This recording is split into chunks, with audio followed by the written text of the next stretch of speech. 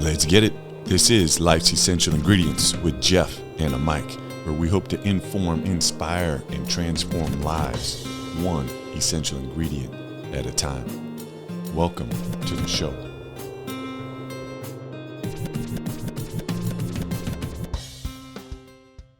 Listeners, here we go. We are back. I am short. My Mike, unfortunately, he is down with the flu. Those of you that tune in regularly, you know he's a high school basketball coach, so he's surrounded by young people who are in the mix and just kind of sharing the germs. But he's out, Pasha. We miss you, but we are ready. Season 5, episode 3. Andrea McGinty coming from Palm Beach, Florida. And if you're new to the show, I just want to give you a quick kind of a little bit about us. The show is part of a nonprofit that we call C4 Leaders, and we utilize the pizza making process to create space for our companions to be seen, heard, and loved. We also write children's books, obviously host a show, and then we use the most amazing handmade, hand-tossed sourdough pizza to bring out the best in each other. If you're interested in checking us out in that space, just go to pizzadays.org. So about our guests, first of all, the best place to find her is 33,000dates.com. That's right. Not 3,300, 33,000dates.com. Yes. So about our guest, with over 30 years as the top dating coach, with features on Oprah, Forbes, Wall Street Journal, People Magazine, and more, Andrea has been sharing her unique insights into finding love at every stage of life. As the founder of It's Just Lunch and 33,000dates.com, Andrea guides singles to safely and effectively navigate the often tricky waters of modern dating. Andrea is on a mission to empower singles with practical, no-nonsense advice for building meaningful connections in life's second act. Andrea recently released her new book, Second Acts, Winning Strategies for Dating Over 50, and is loving coaching her clients who reach out to her from all over the world. Thanks for sharing your many gifts and for helping thousands of people find love. Andrea, welcome to the show. Oh, thank you. It's a pleasure to be here. And, I always think I have like the best job in the world. Yeah, I would say so, helping people fall in love. And we'll get into this. And I know you have thousands, and we'll share this down the road here, but of people that have been married because you've had a hand in that. So, I mean, yeah, it's got to feel great. And speaking of great, this show, this is one of the highlights for me. We always start out with a thought of the day. And it's a quote after researching our guests that we pick. And I'll read it to you, and then you kind of interpret why would I pick that for you. And it's from Pablo Picasso. The meaning of life is to find your gift. The purpose of life is to give it away. Why would I pick that one for you? You know what? That's lovely. And you know what? I never knew Picasso said that. Okay, the meaning of life. I'm going to read it to me one more time. Yeah, let me read it again. So the meaning of life is to find your gift. The purpose of life is to give it away. That's really cool. You know what? I think I found my gift. I was just lucky. It's so weird when I think back, like, my background and my training, it's all like finance and accounting. And I started with, in high school, I fixed up a friend who's still married, and 2 friends in college I fixed up, just serendipity, no reason except, I thought it was a good match and I thought I was going to, be on Wall Street. So the whole giving it away thing, I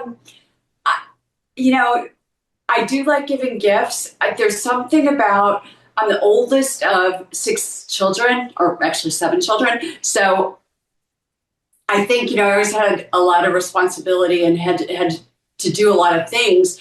And the gift that I give away is love now. And I don't think there's anything better that I could be giving away with what I do professionally. It's just so weird how I ended up in this whole space to begin with. But, it's nice to have a gift. but mine giving it away, I mean, I've had over 10,200 marriages. And like, if I look a little past you, I see my bulletin board and it's just like, it's full of like pictures of couples. And then there's some Christmas cards from people that I got this year, of couples, that I put together. So I'm lucky to have this gift. I'm lucky to have found what I do professionally and to love it so much, and then be able to encourage people and have them find love, because a lot of times they want to give up. So I think maybe the gift that I'm giving away is probably a lot of resilience and perseverance and patience. And then there's the, nuts and bolts strategy. I have a very business-like approach to how I go about this whole thing. And I think that's why I've had so many marriages too.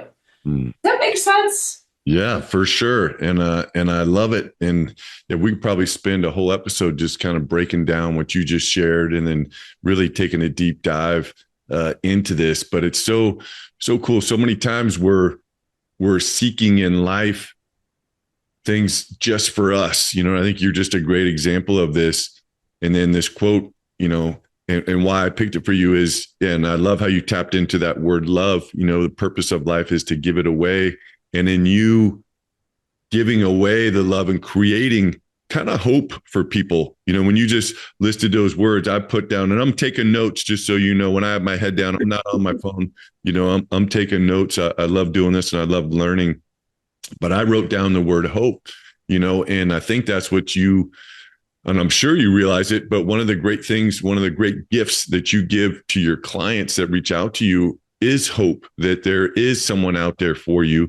And then that hope then kind of gives them the belief, and you give them the skills, which then allows them to find their gift, and then allows them to share that gift. And they've gained them this new gained confidence and belief in themselves. And then they can now give that away to somebody else, which is love. And taking that step. I'm getting goosebumps thinking about that, but powerful and so cool for you to see, 10,200 and many, many more coming, but getting that feedback that you're doing what you're supposed to be doing on this earth. So congrats on that. Thanks. You know what? I'm lucky. I'm lucky. And you know what else is really interesting about my job is, profession. It's not really even a job, my career, my calling, whatever you want to call it.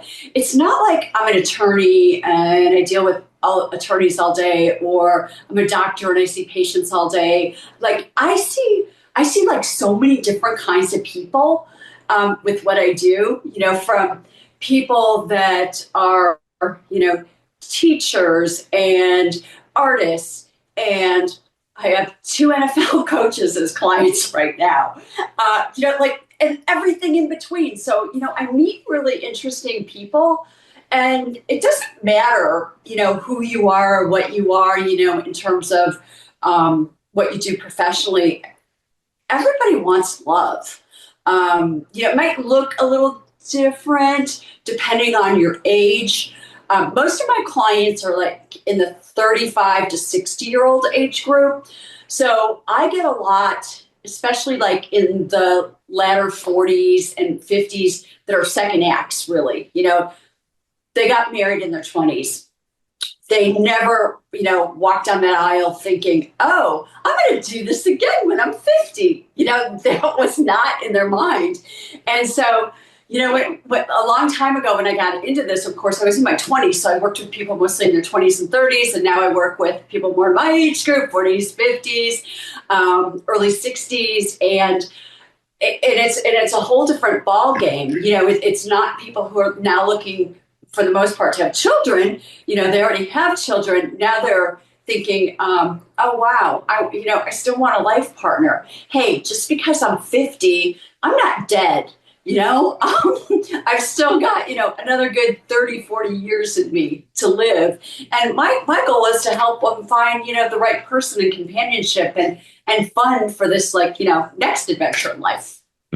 Yeah, no, so true. And I think that's what's why I love the title of the show, life's essential ingredients. And you just went through the lifespan, these different age kind of categories that we go through, where I think those ingredients change, in our 20s and 30s, 40s and 50s, 60s, and beyond. And I'm sure that's where you help people, depending on what space they're in, focus on the ingredients that they have within them, almost kind of back to this quote, and then the ingredients that they're looking for, and I guess that would be, my question to you right out of the gate here. And, since it is life's essential ingredients, what are those at this point in your life? You got a lot going on. You're an author, you're coaching people all over the world. And yeah, you look at it as your gift and not even work, but I'm sure there's a lot that you do. How do you do what you do, and what are those essential ingredients? Maybe, one of the listeners can take one and say, I never even thought about that. I want to add that to my life recipe, so to say. Yeah. So, okay. So, my essential ingredients, I would say the number one thing I bring to the table is positivity and mindset, because to me, that's the first ingredient everyone has to have to be able to do this. And believe me, when people are calling me on the phone and, talking to me about using my services, nobody's like, hi, Andrea, yay, I'm so excited to talk to you and get going with coaching. They're all like, ugh, I hate this. I hate dating. I hate online dating. There's no good men out there. All the good women are already married. You won't believe what I hear. So, that's the first ingredient is, mindset. And my new book that just came out, that's one thing that I really go through. The book is basically a coaching manual that has like 14 different worksheets in it, and it's got actionable QR codes. You click on them and you get like a 5-minute coaching on that point I was making with that worksheet. But anyway, it goes back to, essential ingredients. But the very first worksheet in my book is your mindset. And I asked 10 questions. And these questions should really get you to the point like where you're saying, yes, I'm ready to date again, or dip my toes back in, the dating pool again. Or no, I'm not. Maybe I need some more time. Maybe I just need friends right now. Maybe I just need to be with my family. Maybe I need to travel. Maybe I need therapy. If I can't not talk about my ex on, my first date, you're not ready to date yet.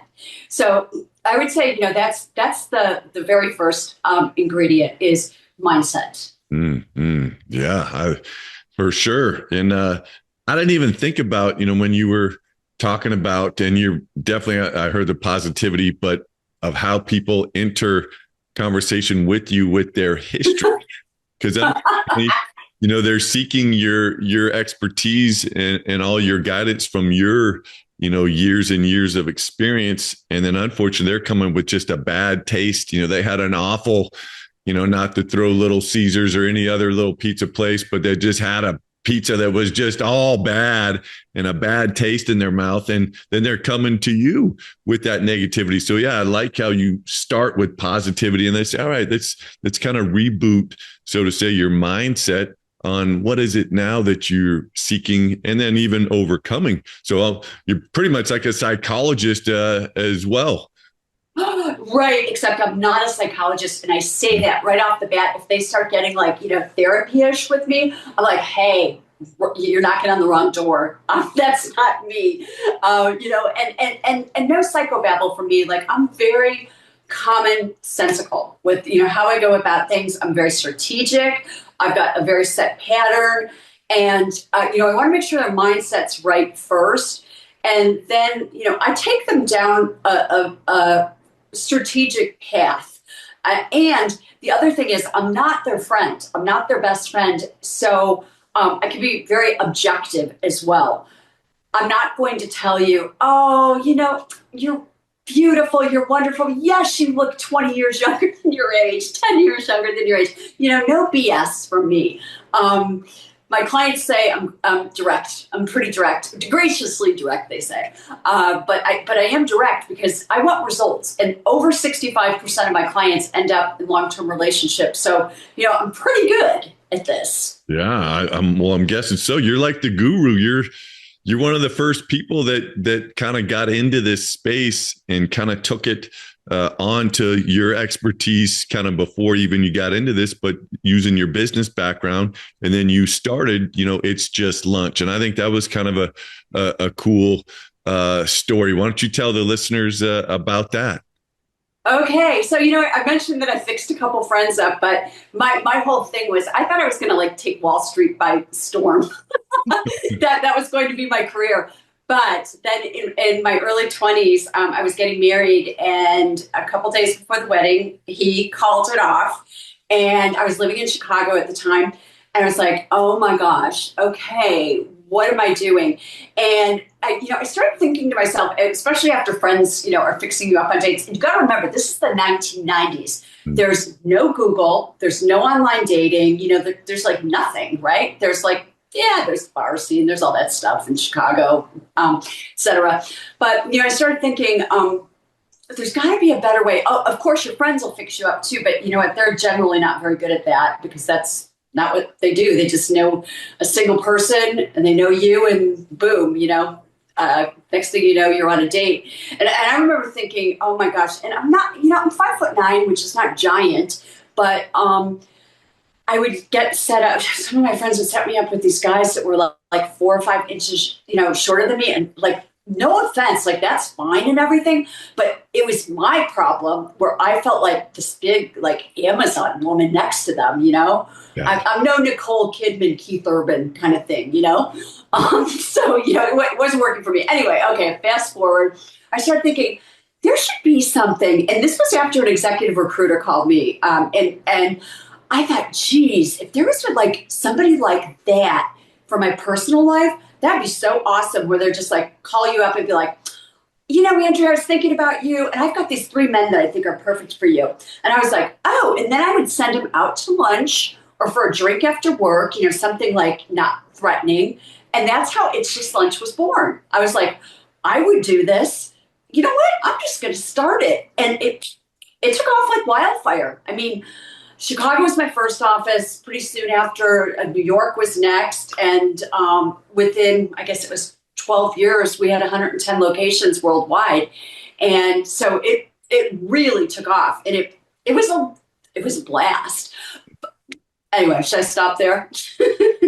Yeah, congratulations. It's amazing. Yeah. Thanks. Yeah, congratulations on that, and then here you are, now all these years later, and doing your next thing, writing books, and still on that same path. And I'm sure you get this all the time, but I just have it in my notes here, whether it's appropriate or not at this time. But one of my favorite movies was Hitch. Ha! Yeah. And great movie. Yeah. And still it's just got to be so much fun and feel so good to do what you do. But let's get into that a little bit, because I'm sure there's listeners that are like, all right, well, yeah, I'm ready to check into this. And I've been, on these different apps and nothing's really working out. Where would you suggest someone that is wanting or already in that space and maybe not getting the results that they thought, or just not connecting in the right way with people? What are some of the challenges that you've seen that people can kind of edit, so to say? Sure. Well, first of all, if they're not getting results, the first thing you have to realize is you're doing something wrong. And okay, and you probably don't even know, what it is, but you are doing something wrong. Because to me, when I sold It's Just Lunch, the whole catalyst was, well, I got 2 offers the same week from private equity and from Match.com. And part of the reason I sold was I saw the writing on the wall that online was getting bigger and bigger, and they were getting their act together. Like, it wasn't as chaotic as it was in the year 2000, 2005. By 2010, 2015, like, they had it together with verification and, some really good sites out there that were solid, that had lots of people, unlike It's Just Lunch, where we could only have a couple hundred people at a time. And it was like, oh my gosh, this would be heaven to be able to choose from all these people. So, okay. So, you're doing something wrong. And a lot of times, number one, it could be you're on the wrong site. And then what happens to people is they quit after a week or two. They quit so fast. I mean, the attrition rate is like 2 weeks, boom, gone from a site. And there's over 1,400 sites out there. So when you think about that, like, it's like, throwing a dart, like how am I going to, throw it on the right site? And it varies by market. What's working up in your neck of the woods is very different than what's working in Palm Beach or New York or Dallas or other parts of the country. So one is you've got to be on the right site. Number two, and this is super important with online dating, you've got to have fabulous photos. And that's another mistake people make. And I don't mean fake photos. I mean natural, fun photos of you doing what you do. So, if you're into, I don't know, if you're into tennis, you're into golf, you're into kayaking, whatever you're into, make sure you have a photo of that. Right, it's winter right now. So I see a lot of my clients who give me skiing photos. If you're giving me a skiing photo, you better have your goggles off and your helmet off. So we've got a nice picture of you up on the mountain. So you've got to have really good photos because it's such a visual medium. Before they're going to read a single word, and this it doesn't matter if you're a man or a woman. I mean, women look at men's photos right away before they read a single thing. And of course, men look at women's photos too. So you got to have really, really good photos. And the photos should be within the last 2 years.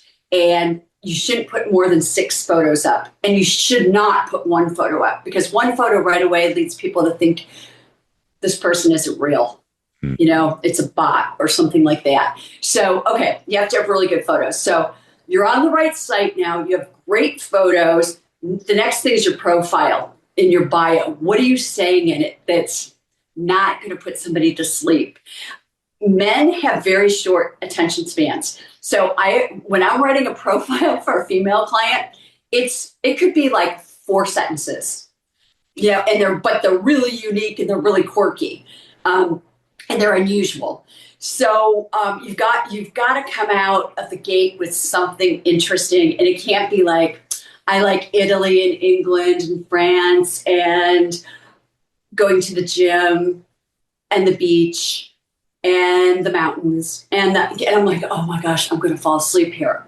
If I'm going to fall asleep, believe me, men and women looking at your profile are going to fall asleep too. And they're going to be like, it's so easy to go delete, block, so fast. So you've got to do it the right way. You've got to be strategic in your approach. My book talks a lot about, it's like a manual. I take you through step by step by step. I mean, you probably don't even need to have me as your coach because the whole book is about coaching and for you to get results and how to do it. And where it doesn't feel like it's a full-time job, because that's the other thing. People call me up and they're like, oh, it's a full-time job. It's a full-time job. And then when I ask them what they're doing, it's not really a full-time job. They think it is because they go on, they look at a few pictures and they get bumped out. And then they're like, oh, they go on a couple hours later. They look at a few more pictures, so they're not doing it right. I got, those are all great tips, but I do have, and maybe it's too hard of a question to answer, but you said pick the right site. And I got graphics, that you were talking about, and making sure you're on a site maybe that's in that area. Maybe, I don't know, but what do you mean by that specifically? The picking the right site, especially when you say there's over 1,400 of them, and I'm sure another 1,400 coming. Yeah, right. There's new apps every day. There's new platforms every day in this arena. So, okay. So some really easy things to remember. Stay away from microsites. Okay. So what's a microsite? A microsite would be like yoga lovers, Christian singles, and nothing against Christians or anything. They're going to have very small numbers. People who like yoga, that's great. Go meet them at your yoga class, but don't think you're going to go on a site because there's not going to be very many people. The other thing is when I'm choosing for a client, if you were my client and I was choosing for you, after I did an hour Zoom call with you, I'd be thinking about where do you belong?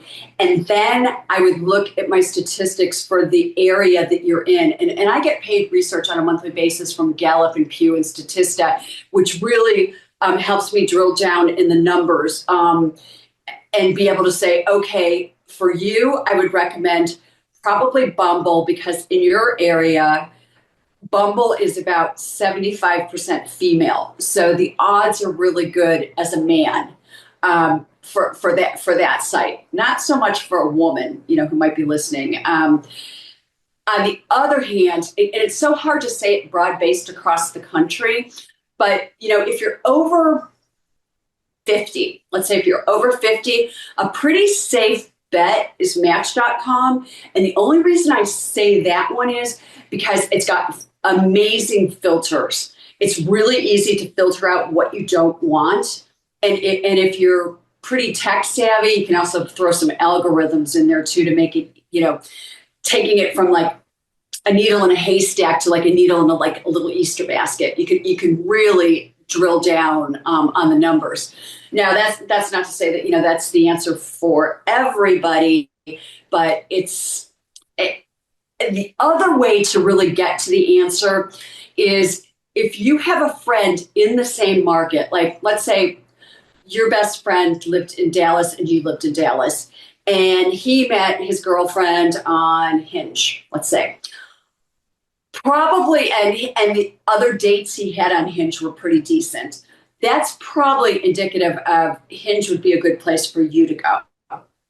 Now, that's, again, assuming you're both in Dallas. Now, if we took that and we said Detroit instead of Dallas for Hinge, it would be a big no, because Hinge isn't that strong in Detroit. So that's the other way to go about it. If you have a friend who's had good luck in the same market. And I'll give you another example. Coffee Meets Bagel is really a big one in New York City and Los Angeles.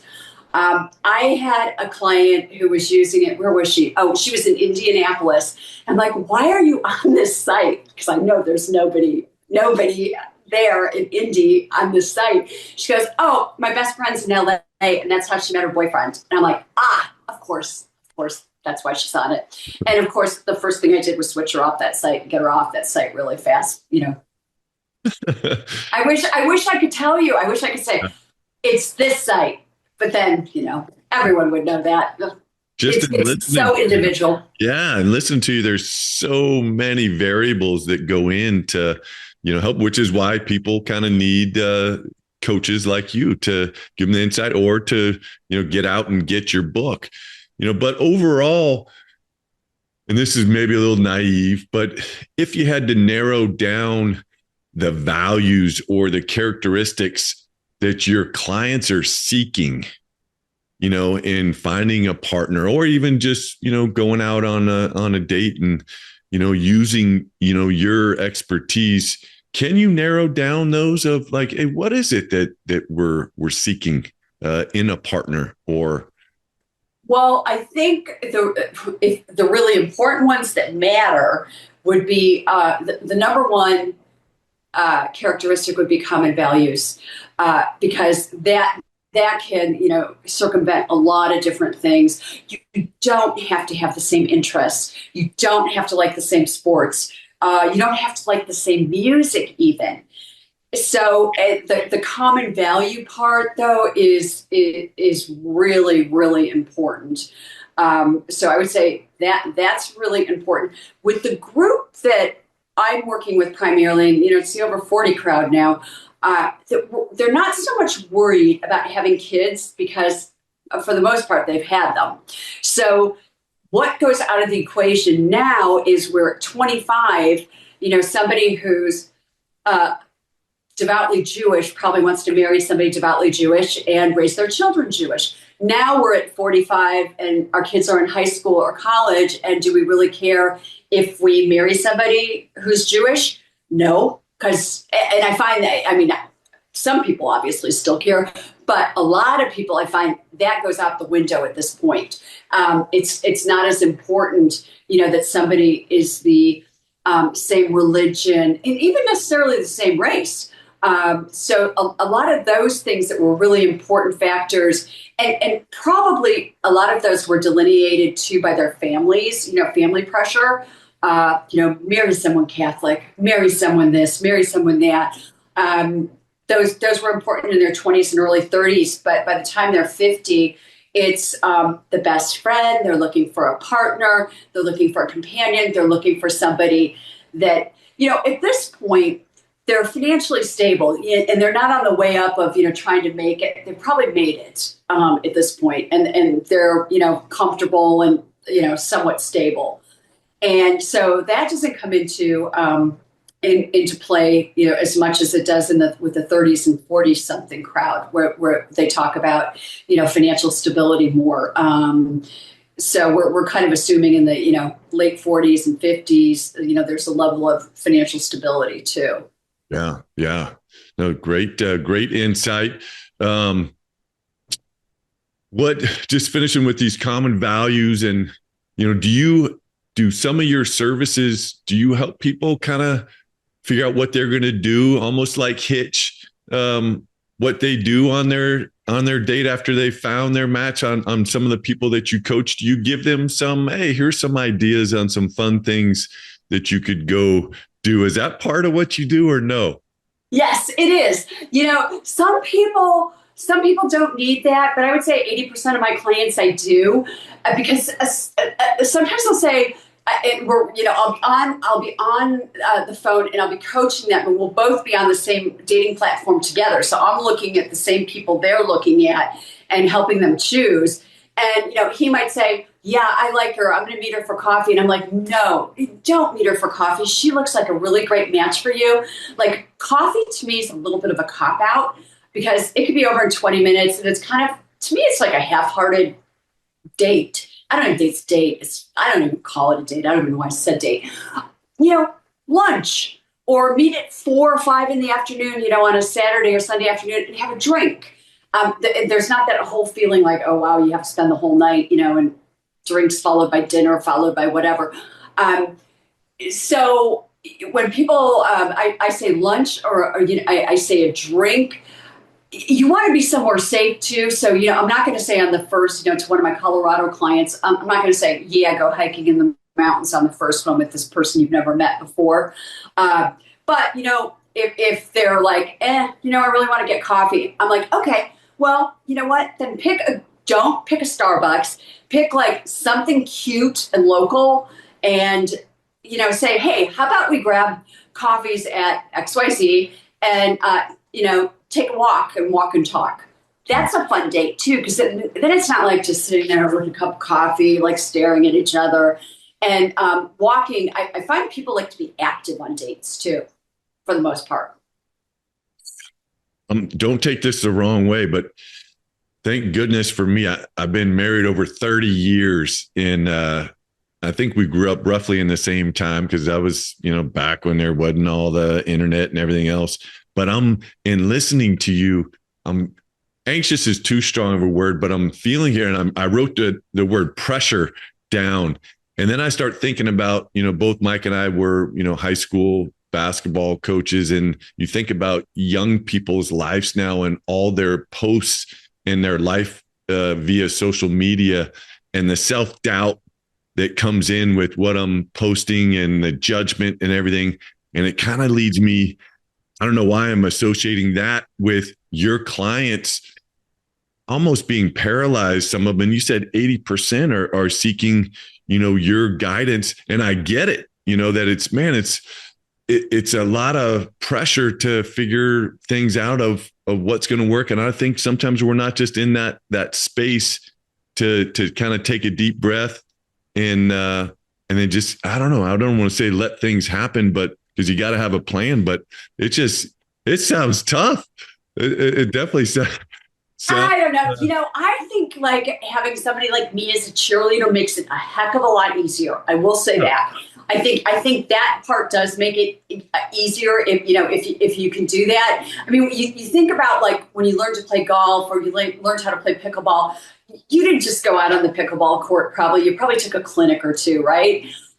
It's not a bad idea and especially, coming out of a 20-year marriage or a 25-year marriage, get a little bit of a reboot from somebody and pressure. You probably are going to feel that, but the best way to get over that is practice. And it's generally, I see it, the magic number is 3 to 4 dates. So by the time you've had, I call them practice dates, 3 to 4 practice dates, you'll be like, oh, wow, I've still got it going on. I can still talk. I've still got social skills. Yeah, maybe you know it with your friends, like you have social skills or, but it just, you'll feel so much better. And then, the only thought you should really have during this whole thing is you're going on a first date. That's it. And then if you like each other, if you like him, if I like him, I'll think about going on a second date. And then if the second date goes well, I'll think about going on a third date. But you don't think out in the future. And, I just got asked this by somebody in the media this morning. What do you think of the 10-date rule? I'm like, the what? People make up these things all the time. I'm like, what's the 10-date rule? Oh, even if you're like not attracted to somebody, you should go on 10 dates. And I'm like, that's ridiculous. Sometimes chemistry doesn't like bowl you over like when you were 18, like on the first date where you're like, oh my gosh, I can't wait to make out with this person or whatever. By this time in your life, it can take up to 3 dates for chemistry to really kick in and you feeling, attraction for that person. It can take a little while to warm up. 10 dates, no way. It doesn't take that long. After 3 dates, if you're not feeling it, and she could be the nicest person in the world, she could be attractive, but you're just not attracted to her. So, why go on 10 dates? For the 10-date rule, no. Yeah. Quick, we're running out of time, and I got so many other things I want to ask you. We're going to speed this up a tiny little bit, and it's been so much fun. You're doing amazing. But communicating. So we're talking about going on these number of dates. For someone that's out in that space, what's the communication process for you? When on the date? When are you following up? What's the method of your communication? What's appropriate out there? Communication should be immediate. So you go out for drinks, and a lot of times, you both like each other. It's really common to just make plans, for that weekend or, for a second date right on that first date.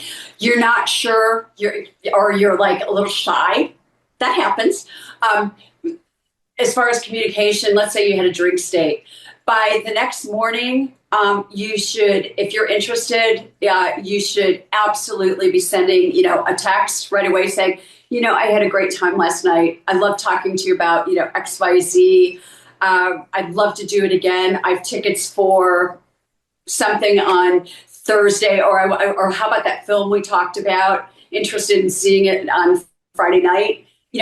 Immediate follow up. There's no like 3-day rule. Playing games, don't play games. You like somebody, you say so. I mean, you don't say I like you, but you just say it that way. Yeah, no, great.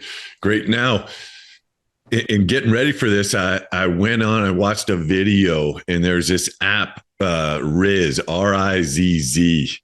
I don't know if you're familiar with that, but they're using AI to kind of help people work on their communication. I didn't go onto the app. I just watched like a 2-minute video of, AI giving people the tools, so to say, of how to communicate. And so my question to you, being the guru in this space, is how do you see AI impacting this for the positive and then maybe for the not so positive? Okay. So here's the thing. I'm working with a market. When I talk about the 40s and 50s and 60s, they didn't grow up with all this tech and stuff. So they can be initially scared just by the user face of, a dating app or a dating site. So that can scare them enough. So part of my job is to get them over, in a comfort level with how it works online, and it's not scary. They didn't grow up with it. Okay, so when you say the word AI, that can scare people. Now, people, they're starting to come around to it a little bit. My age group, again, doesn't really use it that much. Now, my kids that are in their 19 to 25, they use AI all the time. So where do I see AI? I see AI, it's going to be so helpful. It's going to be amazing. I mean, I see how it's reading, my emails and my stuff now. It's even reading, columns I write now, and it's saying, here's where you could have done better. So it's improving some things. So you have to be a little careful using AI, though, if you're going to use it in your bio online, because you can still tell when people are using AI to write a bio, just because they use some words that that aren't commonplace still. So I think AI is going to be, especially as AI grows and learns more, it's going to be fantastic for all of us. And my age group, it might take the next, 2 or 3 years to get used to it, but they'll get used to it. They're going to love it. Mm. Hey, listeners, again, we've been on with Andrea McGinty coming from Palm Beach, Florida. Make sure you go to her site, 33,000dates.com. We have to spend a little bit of time on your book. Again, congrats on that. Second. Thank you.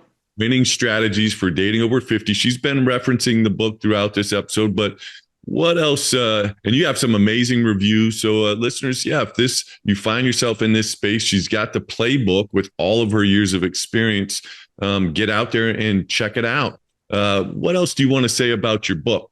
Okay, here's what I want to say about my book, because I said I take a business-like strategic approach. People are like, romance, business-like strategic. I'm like, yes. Don't be foolish. Some of my favorite things in the book, I've got a personal branding worksheet that you work out about, what makes you unique from other people. I've got another one that's like a one-pager business plan, but it's a business plan for your personal life. And it covers everything. It makes you think about, okay, what age group do I want to date? What are my barriers to entry? What are some things that could really, throw me off track? You have to be your own influencer, and you already are an influencer, this age group. They're already on Facebook, and a lot of them are on Instagram, so you're already doing some of this, and some of the worksheets that I have in the book just help you refine it more. So by the time you get to the end of the book, you're like, this is a piece of cake to write my bio. This is a piece of cake to know how to message people back and forth, and the right things to say to people to get to that date.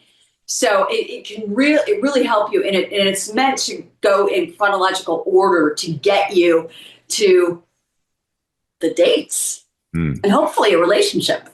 Yes, and that's where we'll end. For the listener that's listening, that just has been feeling down and out and just lacking the confidence to take that step for themselves to seek love, what do you want to tell that person as we get out of here?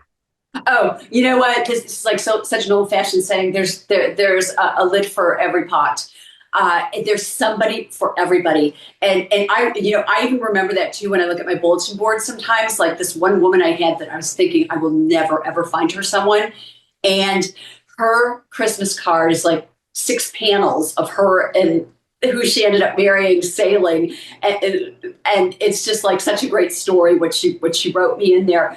But there's somebody for everybody, and don't give up, and don't hang out with negative friends. And if your friends that are divorced are negative, or your friends are single and they're negative about dating, don't talk to them about dating, and don't talk to your family about dating.